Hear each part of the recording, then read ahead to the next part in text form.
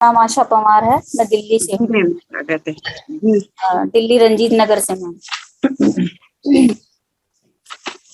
मैं आज बात करना चाहूंगी शिक्षा पर, क्योंकि हमारे महापुरुष ज्योतिराव फूले जी ने और उनकी धर्मपत्नी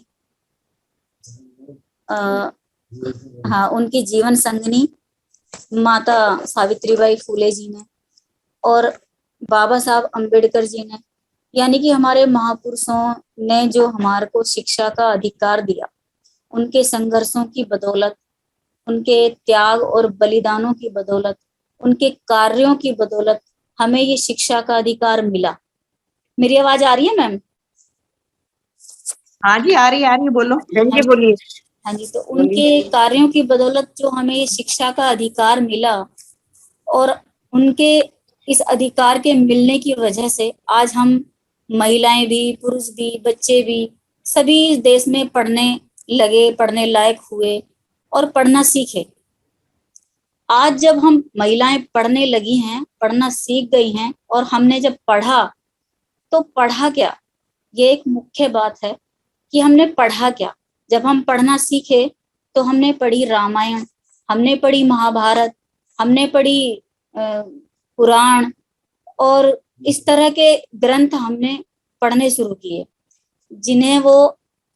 जिन लोगों के द्वारा ये लिखे हुए हैं, उन्होंने इन ग्रंथों में, इन किताबों में हम महिलाओं के लिए और हम दलितों के लिए, हम मूल निवासियों के लिए जो भी लिखा है वो प्रताड़ना लिखी हुई है। हमारे लिए उन्होंने जो लिखा है वो हमारे भले की बात नहीं है, वो हमारे हित की बात नहीं है, फिर भी हम उन्हें पढ़ते हैं। ये हमारा दुर्भाग्य कहें या हम इसे अपनी नासमझी कहें या क्या कहें, ये समझ नहीं आता कि हम क्या कहें, क्योंकि 21वीं सदी के आधुनिक भारत में भी हम आज ऐसी प्रथाओं को ढो रहे हैं, ऐसी प्रथाओं को मान रहे हैं जो हमारे हित की नहीं है, जो हमारे लाभ की नहीं है, जो हमारे लिए किसी भी चीज में मतलब सहायक नहीं है।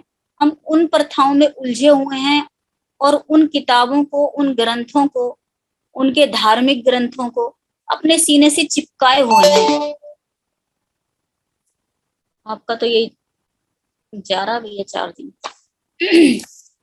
तो मैं बताना चाहूंगी कि हमें जब पढ़ने का अधिकार मिला तो हमने पढ़े अपनी गुलामी के ग्रंथ, अपनी गुलामी की किताबें, जिनमें हमारे लिए गुलामी लिखी हुई है, प्रताड़ना लिखी हुई है, और वो पढ़े। हमने अपनी आजादी के ग्रंथ को नहीं पढ़ा। जो हमारी आजादी का ग्रंथ है वो है हमारा संविधान, जो हमारे महापुरुषों ने हमें दिया। बाबा साहब ने इतने मेहनत और इतनी मेहनत और इतने अच्छे ढंग से हमें जो हमारी आजादी का ग्रंथ हमें दिया, हमने उसको इग्नोर किया, उसको नहीं पढ़ा। हमने अपने महापुरुषों की किताबों को नहीं पढ़ा, उनके विचारों को नहीं पढ़ा।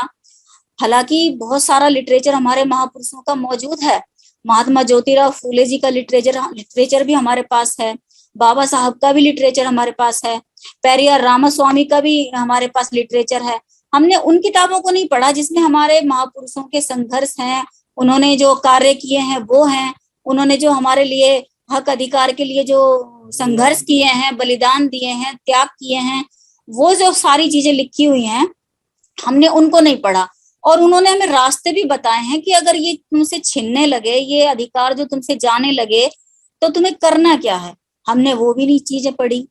तो हमने पढ़े अपनी गुलामी के ग्रंथ, जिन्हें ये 3% लोग कहते हैं कि ये धार्मिक ग्रंथ हैं, धार्मिक पुस्तक हैं। ये धार्मिक ग्रंथ उनके लिए हो सकते हैं, लेकिन हमारे लिए तो ये केवल और केवल गुलामी के ग्रंथ हैं, और हमने उनको पढ़ा है। आज उनको हम देखते हैं कि हमारे बच्चे अपने महापुरुषों की विचारधारा को नहीं पढ़ते, अपने इतिहास को नहीं पढ़ते। तो जो कौम अपने इतिहास को नहीं पढ़ती, वो इतिहास का निर्माण भी नहीं कर पाती। आज हमारे बच्चे ज्यादातर जो फील्डों में जा रहे हैं, जैसे कि अभी ये जो आता है, क्या बोलते हैं, WW चैनल आता है जिसपे रेसलिंग का दिखाया जाता है। तो उनको देखकर उनको फॉलो कर रहे हैं हमारे बच्चे, क्योंकि जिनको हम पढ़ रहे हैं, जिनको हम देख रहे हैं, जिनको हम समझ रहे हैं, उनको हम एक किस्म से फॉलो कर रहे हैं। और फॉलो करने का मतलब है उनकी नकल करना, उनको उनकी तरह दिखना, उनकी तरह पहनना, उनकी तरह उठना, बैठना, बोलना, चालना, खाना, पीना, यानी कि उनको फॉलो करना।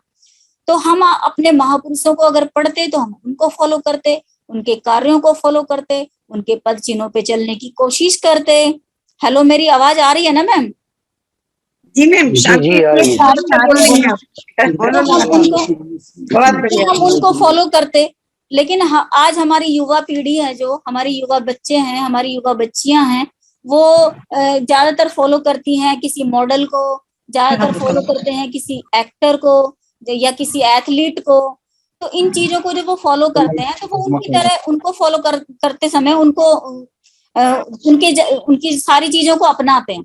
उनकी तरह उठना, बैठना, चलना, खाना, पीना, बोलना, वो सारी चीजें उनको फॉलो करने की कोशिश में लगे रहते हैं। लेकिन इससे होगा क्या? इससे तो कुछ भी होगा नहीं। अगर हम उनको फॉलो करेंगे तो हम कहीं पर भी नहीं पहुंचेंगे सिवाय उनके जैसे दिखने के, बल्कि उनके जैसे दिखने के चक्कर में हम अपनी पहचान भी खो देंगे। प्रत्येक मनुष्य की अपनी एक पहचान है, प्रत्येक मनुष्य का अपना एक व्यक्तित्व है, हम उसे भी खो देंगे। क्योंकि प्रत्येक व्यक्ति इस दुनिया में, इस संसार में अपनी एक पहचान लेके आया है, अपना एक व्यक्तित्व लेकर आया है। तो मैं अपने महापुरुषों की विचारधारा को चाहूंगी कि हमारे बच्चे उसे इस्तेमाल करें, उसे पढ़ें, उसे समझें, उसे जानें और अपने महापुरुषों को फॉलो करें। और महापुरुषों को फॉलो करने से हमारी लाइफ में बहुत सारे बदलाव आ सकते हैं, और बदलाव ऐसे ऐसे आ सकते हैं जिनकी हमने कल्पना भी नहीं की होगी। जैसे मैं अभी थोड़ी सी एग्जाम्पल यहाँ पर देना चाहूंगी कि किस तरह के बदलाव हम अपने जीवन में ला सकते हैं अपने महापुरुषों की विचारधारा को पढ़कर, उसको समझकर, उसके रास्ते पर चलकर किस तरह के बदलाव हमारी लाइफ में आ सकते हैं।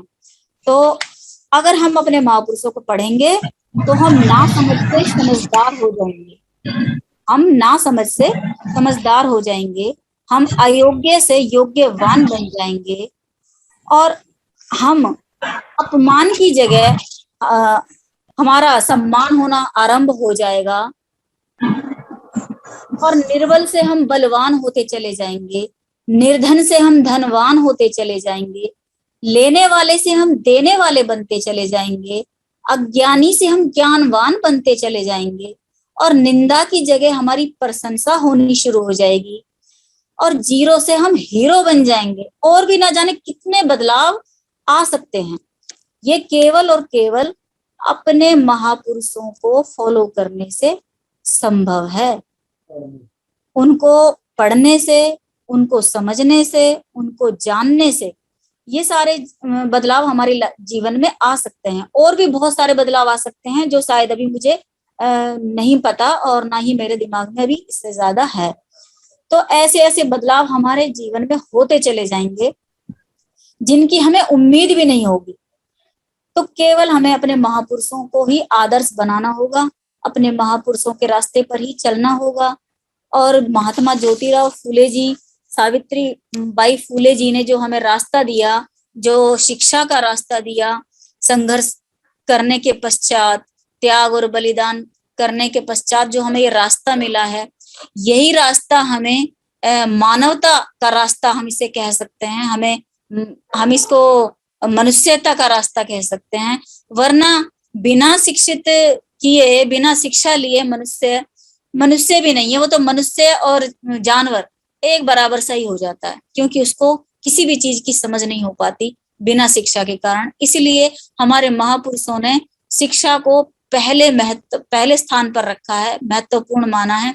और बाबा साहब ने जो 3 स्लोगन दिए हैं कि शिक्षित बनो, संगठित रहो और संघर्ष करो, तो बाबा साहब ने भी शिक्षा को ही महत्वपूर्ण माना है, इसीलिए उसी को प्रथम स्थान पर रखा है।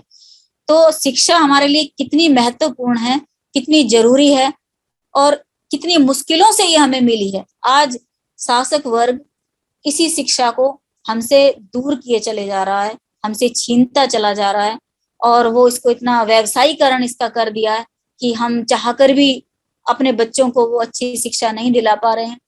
इसके पीछे एक बहुत लंबी कहानी है, तो जो समझ में आती है, लेकिन अभी मैं वो इसकी चर्चा यहाँ नहीं करना चाहूंगी। मैं इतना ही बताना चाहूंगी कि हम महिलाएं भी जो शिक्षित हुई हैं, तभी हमें इतनी सारी चीजों में, हर क्षेत्र में हम अपनी भागीदारी ले पाई हैं, निभा पाई हैं। आज हम महिलाएं जो बैठकर जुड़ रही हैं, बात कर रही हैं, हर क्षेत्र में हम आगे हैं, और इस देश की आधी आबादी हम महिलाएं हैं। अगर हम महिलाएं पीछे छूट गई किसी कारण, या रह गई समण संघ में अपनी भागीदारी निभाने से, तो हमारा आधी जो अब आबादी है महिलाओं की, तो आधा हमारा संघर्ष तो वैसे ही फेल हो जाता है बिना महिलाओं की भागीदारी के। तो हमारी महिलाओं की भागीदारी भी आवश्यक है, इसलिए हम महिलाओं को भी साथ आना होगा, आगे आना होगा, साथ सहयोग करना होगा। तो हर क्षेत्र में जब हमारी भागीदारी निश्चित है, तो समण संघ में भी हमारी भागीदारी है और होनी चाहिए, निश्चित होनी चाहिए। तो मैं अपनी बात को यहीं समाप्त करना चाहूंगी। बहुत बहुत धन्यवाद। जय भीम, नमो बुद्धाय।